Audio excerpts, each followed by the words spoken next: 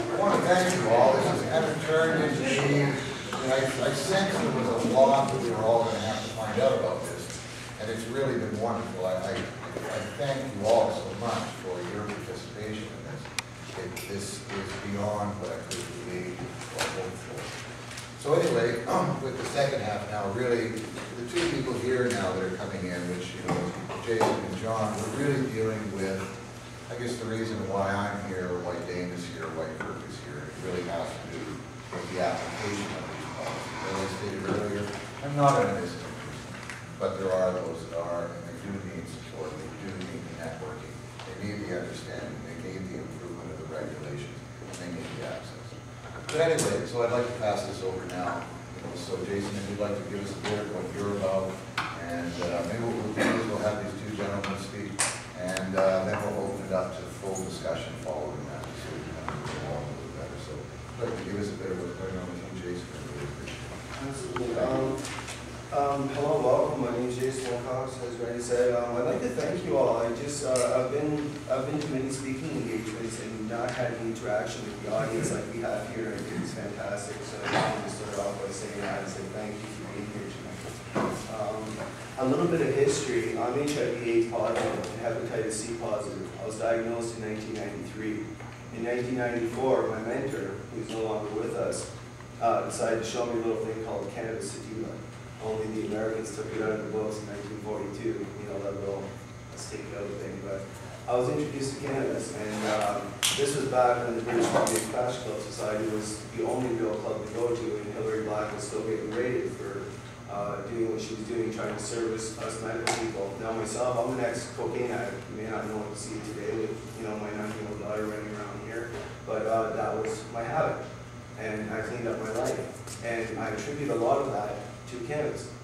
I replaced other pharmaceutical drugs, such as Stemetil for nausea, commonly prescribed when you're taking intraviral treatment.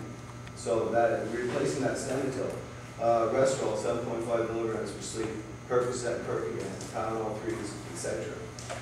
You know, we can keep going with lists of pharmaceuticals that are prescribed for persons with AIDS. I said before you now, only having to take anabolic steroids, cannabis, and diazepam. Unfortunately, the diazepam I couldn't take because my body was getting addicted to it. But it's something I am working on currently, and I am trying to use cannabis to actually kick that. And my health as well. As you can see, I'm holding my weight, and when I say I'm on anabolics, I rebuild my body using anabolics.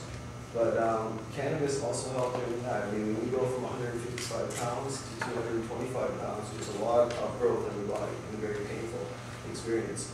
So inflammation of the joints. I mean, cannabis has helped in so many ways as a medical patient that I can make testimony after testimony after testimony, because it's been years, 16 years for me. My mentor was no longer with me, man, he was right, because I replaced those pills. Now I take what I need to stay alive, and even that I don't like taking. As far as being a cannabis user, what my involvement is in the movement, I just finished 14 months. I worked with, I provided services with another club over in Victoria. And I had a chance to work with ladies in wheelchairs coming in, you know, 87 years old, signing them up for a federal license. Not a better feeling in the world than seeing them leave feeling empowered. They've got their strength back. Closet cultivators coming into me, guys coming back from Afghanistan with one leg, saying, thanks, man, thanks, you're helping me out. That's what it was all about, and that's what these clubs are about. Empowering one another, empowering patients to have the right to not take pharmaceutical drugs if they don't want to. You should have the right to grow cannabis or use cannabis, as is your right to autonomy in relation to Section 7 of the Charter of Rights and Freedoms of Canada. This is our country, and it's your body. I've chosen the right to exercise that right to autonomy. There's all kinds. Kirk could not have hit the nail on the head. There were so many arbitrary barriers to anything. My partner who's here today, her and I both have licenses. Our plants are in the same room, but you know what's ironic is we can't touch each other's plants. If she gets sick, I'm not allowed to water her plants, or I'm actually technically breaking a regulation. One of the most important things that I'd really like to touch on, and this really doesn't get emphasized enough, I went as far as to write and get a letter back from the health minister himself, the Ward of Washington, the MMAR, the health minister responded, Mr. Clements. And it was around the information on these cards. I have to ask everybody in this room, does anybody possess a card with your first, middle, last name, your address, you know, your social insurance, I'm sorry, everything but your social insurance number, your date of birth, your address, your first, middle, and last name, the amount of plants that are in your house, the amount you can store. In my case, that's 2,205 grams and 49 plants. So again, in my case, I might be a fair-sized guy, and people might say no big deal. Look at my wife over there behind the counter. Now, her walking down the street, if she gets robbed, that presents a personal security risk to my health and to the health of her. Because our house is then compromised, we have to then sleep very uneasy. My daughter then is potentially at the end of a shotgun. And is this a result of medicinal use or prohibition of cannabis? This is something that lies heavily on me because as a medicinal grower and user, I am the end patient that the clubs are in place for. And also I'm a cultivator that cultivates for myself. So I have to rely on the clubs. But all of this stuff relates, it all kind of circles back. It amazes me so much, and if I'm jumping around, I apologize because sometimes my illness does that to me. But one of the things that's ironic is the American College of Physicians have a position statement, and I beg of any of you, please look it up and have a read. It's quite ironic because they ask for what we give.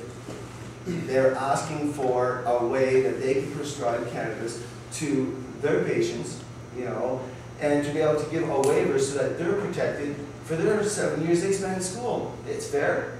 They went to school 7 years. So we offer that in Canada. What Kirk had touched on there was a CMPA waiver that was sent out to all 60,000 plus doctors of the CMA back in 2004 saying don't sign the federal applications. They didn't honor that same courtesy to send the same letter when they issued a waiver that is now available on the site for download, that you can waiver that issue. Okay, you can actually have the doctor sign and say, I'm taking full accountability, you as my doctor is signing, and then the doctor is no longer legally liable. Problem is the CMPA didn't send that out to those 60,000 doctors.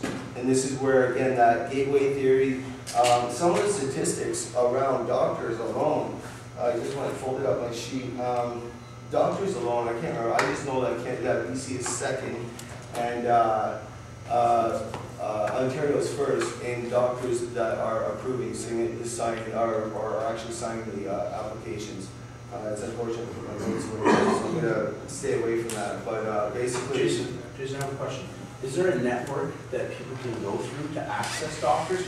Because it seems like it's that silent, it's that underground notion of how do we get to the doctors, and who is it those doctors that will assist the medical user? I could actually talk about that. I volunteer at a local compassionate club in town called Wilcox, and we have several clients that come in looking for compassionate doctors. Now, through our membership, we've actually been able to compile a list, and we used to keep it up at the front. Then we have doctors that were actually getting mad at who were patients showing up at their doors for these problems, and this is the problem that lies, is it's not, there is no list. Doctors have been informed, don't sign for these regulations. If you must have to, don't sign for any more than 3 to 5 grams per day. The problem is finding a doctor that is going to be compassionate. Really, it's about educating your doctor. I've had some other people that I deal with seriously injured workers, and I've actually gone to their doctors and explained to them why their patient needs medical cannabis for their injuries. We're trying to get, I know there's another lady, Michelle Randy, she has compiled application forms and stuff to try to help educate doctors. That's what these things are about, is trying to educate doctors, educate the public, and let them know how cannabis is actually good for us. yeah, on that note as well, what Michelle has done, and she is a tremendous advocate, and has put compiled these packages. Myself and my partner sit on 2 national groups, one being the Canadian Treatment Action Council, which deals with HIV/AIDS at the federal level. They've actually got a group compiled that looks at the regulations and looks at cannabis as a therapy. The second group is the Federal Cannabis Working Group, and that's facilitated by the Canadian Society. So both these groups are actually looking at that, but moreover, the CTAC group is actually compiling similar doctors' packages, only they have a broader range and deeper pockets being at the federal level.